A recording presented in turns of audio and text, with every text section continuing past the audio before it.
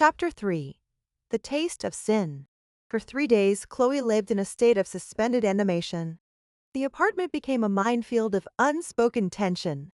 The memory of Sandra's hand on her thigh, the firm pressure, the slow, deliberate caress of her thumb, was a brand on Chloe's skin. Every time she sat on the couch, a phantom heat radiated from the cushions.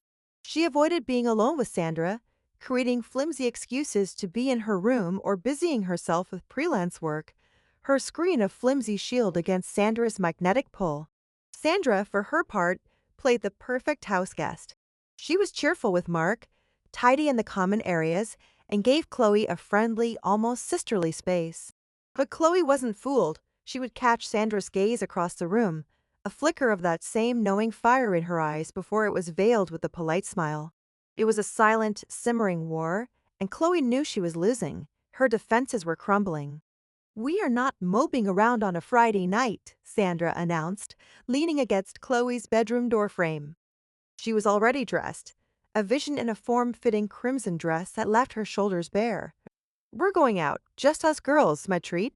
Chloe's immediate instinct was to say no, to retreat further into her shell. But then a different thought surfaced, a treacherous whisper of an idea. Maybe going out was the answer. In public, surrounded by people and noise, there could be no quiet moments on the couch, no intimate whispers in the dark. In public, they would be forced to be just friends. It was a chance to reclaim the narrative, to prove to herself that she was still in control. "Okay," Chloe agreed, surprised by the resolve in her own voice. "Let me get ready."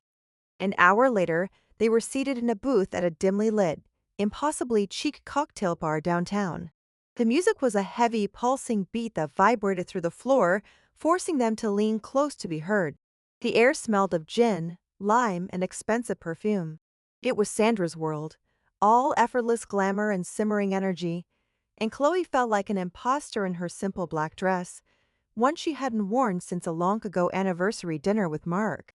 "To new beginnings," Sandra said, raising her glass. The drink was a vibrant pink concoction called the Siren's Kiss.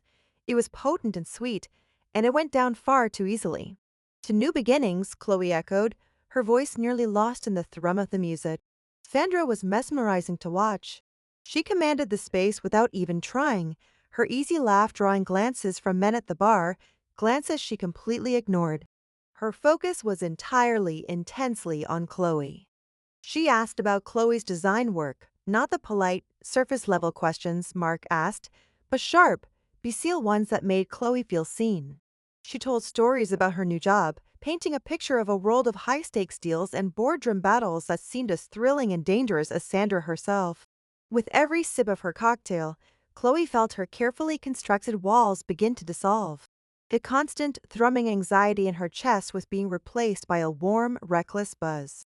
The second drink, a smoky bourbon creation Sandra insisted she try, loosened her tongue.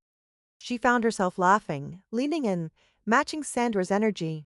The fear that had held her captive for days was melting away, replaced by a heady, dangerous feeling of freedom. For the first time in years, she felt vibrant, interesting, desired. They left the bar close to midnight, stepping out into the cool night air. The city was quieter now, the streets slick with a recent drizzle that made the streetlights shimmer on the pavement. They decided to walk the 10 blocks back to the apartment, the alcohol humming pleasantly in their veins. "I had fun tonight," Chloe admitted, the words feeling true and terrifying at the same time. "I always have fun with you, Chloe," Sandra said, her voice softer now, without the need to compete with the music. They walked in silence for a block, the only sound the soft click of their heels on the sidewalk. Halfway home, on a deserted stretch of sidewalk bathed in the lonely orange glow of a single streetlight, Sandra stopped. She turned to face Chloe, her expression suddenly serious. The playful energy from the bar was gone, replaced by something raw and intense. "Chloe," she began, her voice low and steady, "I can't do this anymore." Chloe's heart stuttered. "Do what? What are you talking about?" Sandra gestured to the space between them. "Pretending. I see the way you look at me when you think I don't notice. I felt you tremble on the couch the other night. You're not scared of some stupid movie." She took a step closer, closing the distance until Chloe could feel the warmth from her body, smell the lingering scent of bourbon and Siren's kisses on her breath. "You're scared of this of me, because you feel it too." Chloe's breath caught in her throat. The world seemed to tilt on its axis. "Sandra, don't. Mark? This has nothing to do with Mark." Sandra cut her off, her voice sharp but not unkind. "This has to do with you and me. This isn't new, Chloe. Don't you know that I've wanted you since we were 17, watching movies in your parents' basement? I've just been waiting for you to want you too." The confession hit Chloe with the force of a physical blow, stealing the air from her lungs. 17. It recontextualized every shared glance, every lingering hug, their entire history, painting it in a new, shocking color. Before she could form a single coherent thought, before she could protest or deny or run, Sandra's hands came up to cup her face. Her thumbs stroked gently over Chloe's cheekbones. "Stop being scared," Sandra whispered, her dark eyes searching Chloe's. And then she kissed her. It was nothing like Mark's kisses, which were familiar and comforting. This was a storm. It was demanding and hungry, a torrent of all the things left unsaid for years.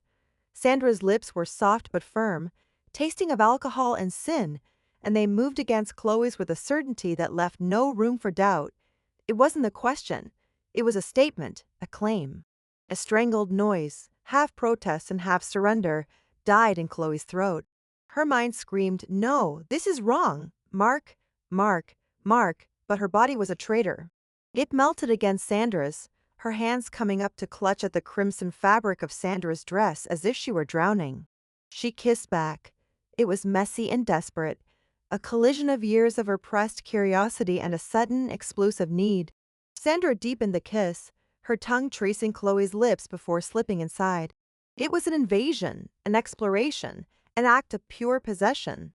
She backed Chloe up against the cold, damp brick of a nearby building, pressing her body fully against hers. Chloe could feel the solid muscle of Sandra's thighs, the soft curve of her breasts, the frantic, pounding beat of her heart against her own.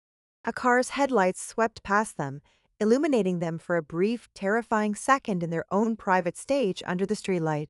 The danger of it, the public, flagrant audacity, sent a thrill of pure, wicked ecstasy through Chloe.